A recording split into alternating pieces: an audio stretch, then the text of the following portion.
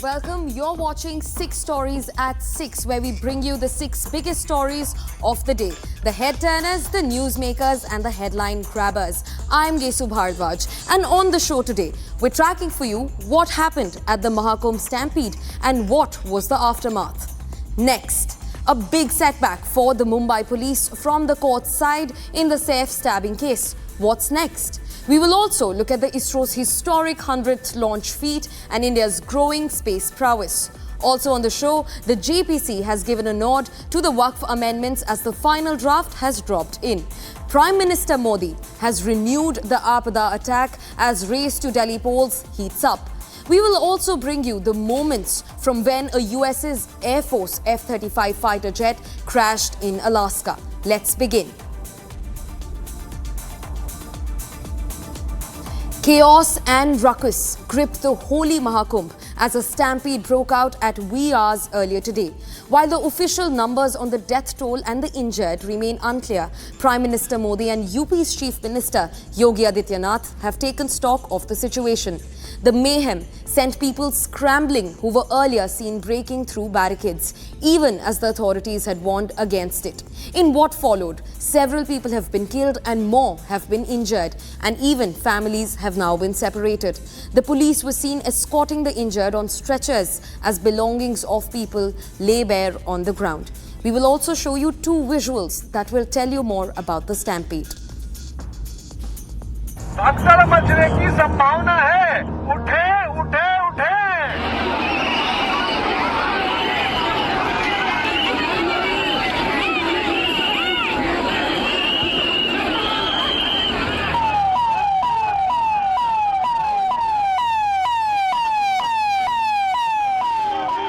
अपने मर्द चुप्पे अली करी गंगा माई डुबकी लगाई घूम के दिल्ली मर्द बा बेटा बा मरी गई नोती भाई नहीं हम कैसी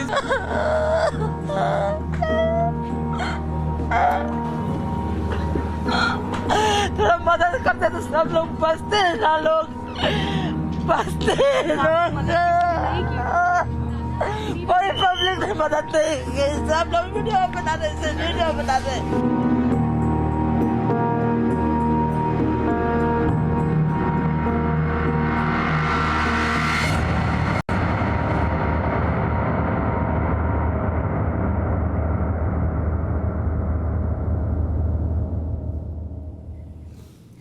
These behind me are the visuals that show what led to the stampede and the duration in which the stampede was happening. People are seen breaking through the police barricades.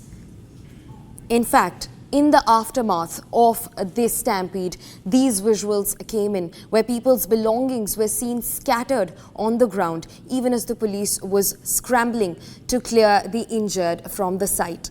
The belongings lay bare, showing the tragedy that unfolded at wee hours at Mahakumbh earlier today. In fact, from Chief Minister Yogi detailing what led to the chaos and panic near the Triveni Ghat, to the police commissioner issuing warning moments before the stampede, and even the Akharas claiming that rumors led to a panic situation, listen in to all these statements. सभी श्रद्धालु सुन लें, यहाँ लेटे रहने से कोई फायदा नहीं है। जो सोवत है सो खोवत है। उठिए उठिए, स्नान करिए, और ये आपके सुरक्षित रहने के लिए बहुत आएंगे और भगदड़ मचने की संभावना है।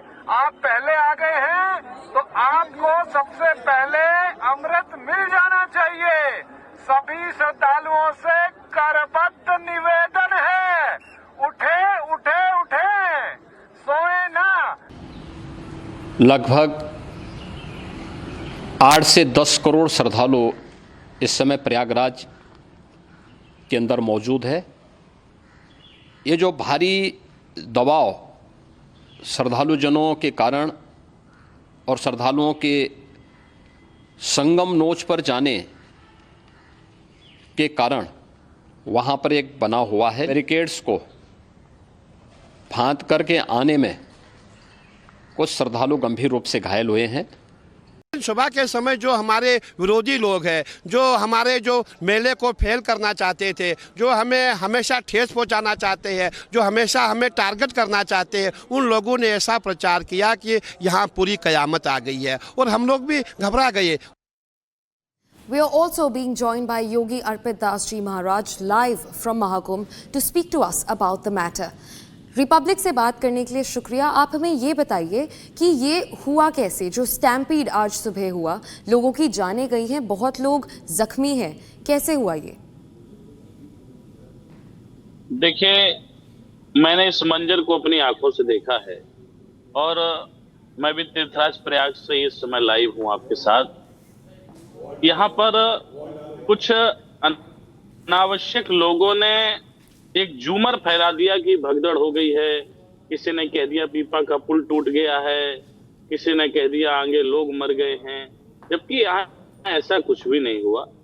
हमारा कैंप सेक्टर 21 में महावीर मार्ग पर है, जो कि ऊपर वाला पक्का मार्ग है, और पूरे प्रदेश की सरकार, स्वयं मुख्यमंत्री योगी आदित्यनाथ जी, उत्तर प्रदेश के चीफ सेक्रेटरी, प्रमुख सचिव गृह और सभी लोग, मेरी सुबह 5 बजे से लगातार 9 बजे तक प्रमुख सचिव गृह संजय प्रसाद जी से पल पल बात होती रही और मैंने पल पल अपडेट दिया।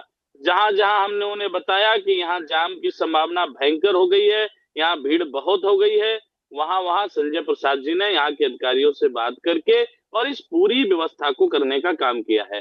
दूसरा विषय ये है कि श्रद्धालु जो है, श्रद्धालुओं को ये समझना चाहिए कि जो महाकुंभ के शाही पर्व स्नान है, अमृत स्नान है, ये संतों के लिए बनाए गए हैं और इसलिए ये 3 प्रमुख स्नान संतों के लिए बनाए गए हैं, जिससे आम पब्लिक को दिक्कत ना हो। आम पब्लिक के दिन जैसे आए दिन संत यदि स्नान करने जाएंगे, इतनी तादाद में संत हैं, नागा हैं, सन्यासी हैं, हमारे 13 अखाड़े हैं, तो निश्चित रूप से आम जनता को दिक्कत होगी। जी, धन्यवाद। तो रिपब्लिक से बात करने के लिए स्नान पूज्य तत्वों के लिए है अखाड़ा। जी जी, धन्यवाद रिपब्लिक से बात करने के लिए। But for now, viewers, we will move on to the second biggest story that we're tracking at this hour. After questions over a botched up probe in the Saif stabbing case, the Mumbai Police is now being faced with another big setback. A Mumbai court has remanded the Bangladeshi national Shariful Islam, who was arrested by the police for allegedly stabbing actor Saif Ali Khan, on a 14-day judicial custody. The court affirmed that there was not enough evidence to extend the accused person's police custody. This also comes just a day after the Mumbai Police in a press briefing claimed to have collected enough and more evidences against the suspect in what they termed as a quote-unquote excellent investigation.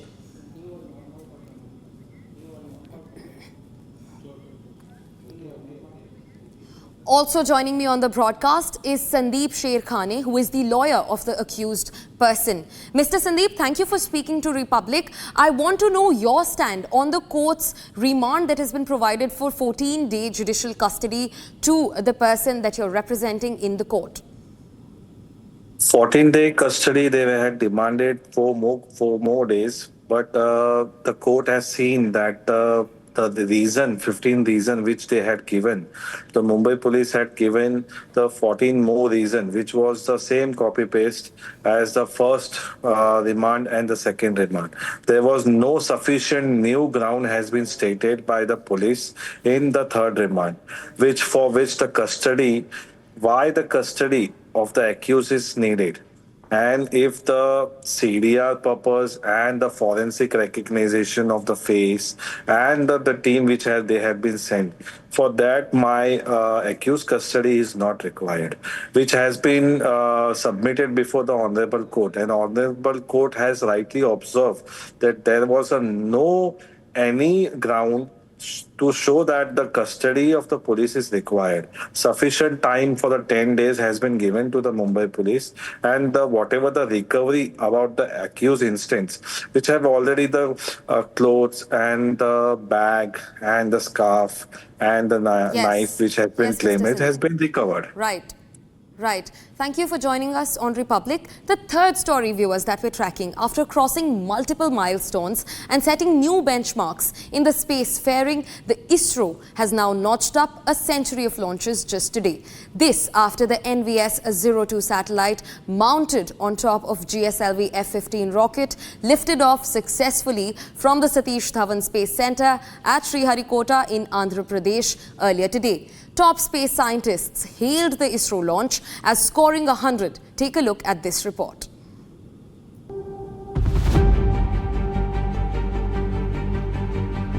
In yet another milestone moment, the Indian Space Research Organisation notched up a century of successful launches today. The GSLV F-15 rocket carrying the NVS-02 satellite zoomed into space after a faultless liftoff from the Satish Dhawan Space Centre in Sriharikota. An integral part of the navigation with Indian constellation system, the NVS-02 satellite is tipped to provide position, velocity and timing services across the country. The ISRO put a post out on its X handle declaring its 100th launch as successful. Guidance initiated. Charo L40s. Union Science and Technology Minister Jitendra Singh commended the country's space scientists and the remarkable acumen and capabilities. Speaking to Republic, ISRO Chairman Dr. V. Narayanan hailed the launch as a proud day in the life of every Indian. Interstate separated. We are, the curve if you see slowly you started, now we are in the exponential growth. So again, the numbers are not very important for us. More than that, the requirement, need based it will be launched, but our capability is today 15 to 20 launches we can, if demand is there, we can launch. M. Mohan, a top space scientist at the Vikram Sarabhai Space Centre, credited all previous ISRO teams with laying the foundation for a century of successful launches. Okay, see, the uniqueness of this launch is not related to the rocket, GSLV specifically. It is the next, one of the configurations of the GSLV we have, which we had already successfully launched in December 2018, which was named GSLV F11. So the vehicle configuration is not having any change. So there is nothing unique about the vehicle. But the uniqueness is like what I was mentioning earlier. It is like scoring 100. So 100 in cricket is something not very easy. So it is a tough task to come to the 100th liftoff from the Sriharikota range. So it is a credit of the entire ISRO fraternity from the early 70s and then starting with the first launch in 1979. S. Unikrishnan, the director of Vikram Sarabhai Space Centre, also commended ISRO over its 100th launch. It's an important mission not only for ISRO but for the entire country. It has got an integrated vehicle health management, it has got an escape system. It is not the conventional way where a payload fairing is holding the satellite. There are differences. So all this we have completed the development and the vehicle systems as well as the crew escape systems have reached Sriharikota. All their good sub-assemblies are getting assembled. As the country rejoices ISRO's century of launches, the focus has already shifted to future ambitious space missions, including Chandrayaan-4 and Gaganyaan. Interstate separated.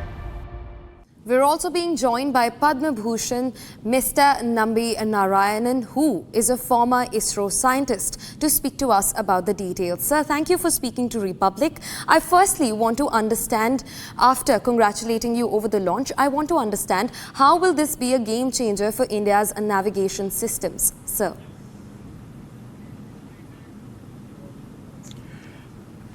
Actually, this launch, though it's a 100th launch from Sriharikota, I think it's the 17th launch using this GSLV configuration. It is very important in the sense it is purely a defense-oriented satellite. I don't think there is any public use of this particular satellite. Particularly, we are talking about our own navigation system. I mean, just to give you an insight into how important it is, I can tell you that many of us depend upon the GPS system to locate, to go where we want to go, etc. Launching a rocket also depends on the GPS system. In fact, if somebody puts the GPS system off, then you are as good as a blind man. You won't be able to. In fact, it is more important in the missile system. So we are equipping ourselves for self-sufficiency. We are independent. We want to be independent of any of the foreign developed system. So that way we are doing this.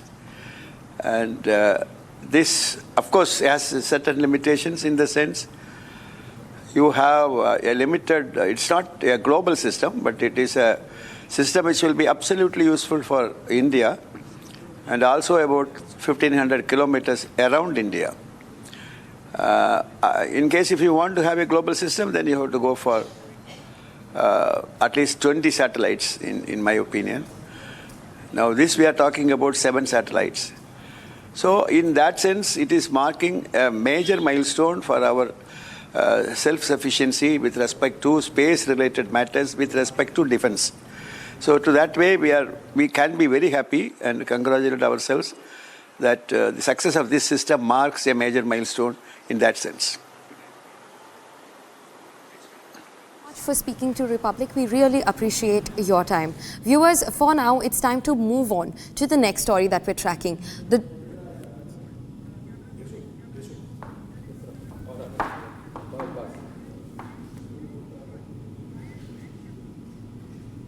The Joint Committee of Parliament scrutinising the Wakf Amendment Bill has adopted its repository changes and the amended version of the proposed law, which was brought to power by a majority vote. While opposition MPs voiced their strong criticism, the adopted bill, which was approved with 1511 votes, alleging that it was unconstitutional and will also destroy the Wakf board by allowing for the government's interference in the religious matters of Muslims.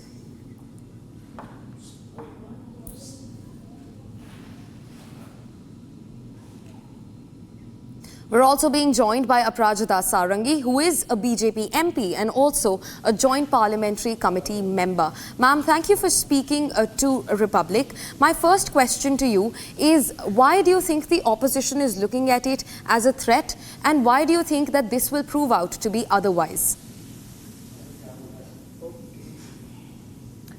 All of us are aware of the fact that the Joint Parliamentary Committee was constituted in the Lok Sabha on 9th of August 2024. The first meeting was held on 22nd August 2024. And thereafter till today, the Joint Parliamentary Committee met for 38 times. And this was more than 112 hours. And more so, we actually talked to more than 284 stakeholders and organizations. And we also moved to different places in the country, different states, to talk to the organizations to have their viewpoints on the Wakf Amendment Bill 2024, who could not come to Delhi. So I think this has been a very comprehensive exercise, a very meticulous exercise, and all the while the chairperson of the committee, Sri Jagdambika Palji, tried to take everybody along.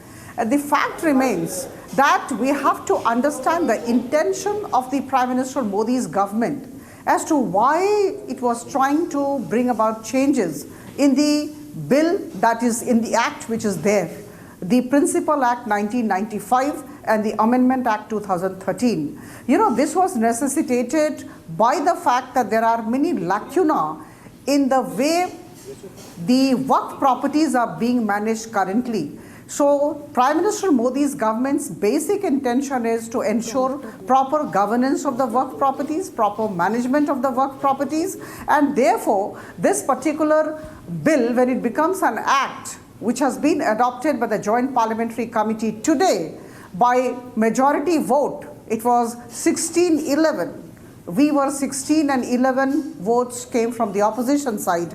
It will be handed over to the Honorable Speaker tomorrow. Shri Om Birlaji would be getting a copy of that resolution that we have adopted today. And thereafter, he would be deciding the next course of action. If he thinks right, it would be brought in the budget session of Parliament in the Lok Sabha, and it would be debated upon in the Lok Sabha first. So I think the intention of the government need not be doubted.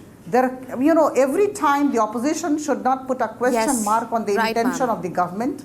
The intention is to ensure proper governance of the Wakf properties, and everything has been done in a highly democratic and constitutional manner. Yes, ma'am. Thank you for speaking to Republic. Viewers, for now, it's time to move on and look at what is happening in the national capital. Launching his election campaign for the upcoming Delhi Assembly elections, Prime Minister Narendra Modi fiercely criticized the Aam Aadmi Party and the Congress, accusing both the parties of mismanaging the capital for 25 long years. Speaking at a rally in northeast Delhi, Prime Minister Modi urged the voters to choose the BJP-led double-engine government in the Assembly elections scheduled for the 5th of February. Listen in to the Prime Minister's sharp criticism of the Aam Aadmi Party. आपदा वालों ने दिल्ली को पानी mafia के भरोसे छोड़ दिया है। इन लोगों ने 3 चुनाव में यमुना जी की सफाई के नाम पर वोट मांगे। आज कह रहे हैं, अरे भाई यमुना जी से तो वोट थोड़ा मिलता है, हम यमुना जी की सफाई नहीं करेंगे। बेशर्मी से ये कहने की इनकी हिम्मत बेशर्मी है, बेईमानी है, बदनीयती है। ये दिल्ली वालों को पानी के लिए तरसाना चाहते हैं।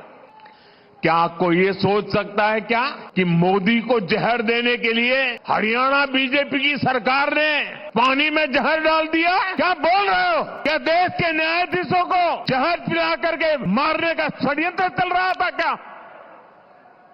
क्या बोल रहे हो? मेरे दिल्ली वासियों, गलती माफ करना वो भारत के नागरिकों का उदार चरित्र है, लेकिन जानबूझ करके बदिरादे से पाप करने वालों को न दिल्ली कभी माफ करता है, न देश कभी माफ करता है। आपदा सरकार सीएजी की रिपोर्ट को दबाकर बैठ गई है।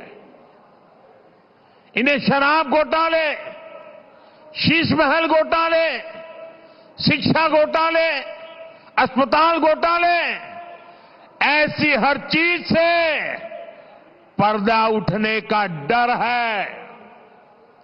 आप भाजपा एनडीए के उम्मीदवारों को जिताइए। विधानसभा के, ये दूसरी मोदी की गारंटी भी लिख लीजिए, विधानसभा के पहले सत्र में ही सीएजी रिपोर्ट टेबल पर कर दी जाएगी। A US Air Force pilot was reported to be safe after an F-35 fighter jet crashed at a base in Alaska on Tuesday. The accident occurred on the runway at Eielson Air Force Base. A release from the Air Force said an incident occurred at about 12:49 p.m. on Tuesday, causing significant damage to the aircraft in accident at the Alaska base. The pilot is safe and has been transported to an Army hospital for further evaluation. With the capability to fly for more than 12 hours at a time, the F-35 can reach almost anywhere in the Northern Hemisphere in one mission. However, this is the third reported crash of an F-35 fighter jet in the recent years.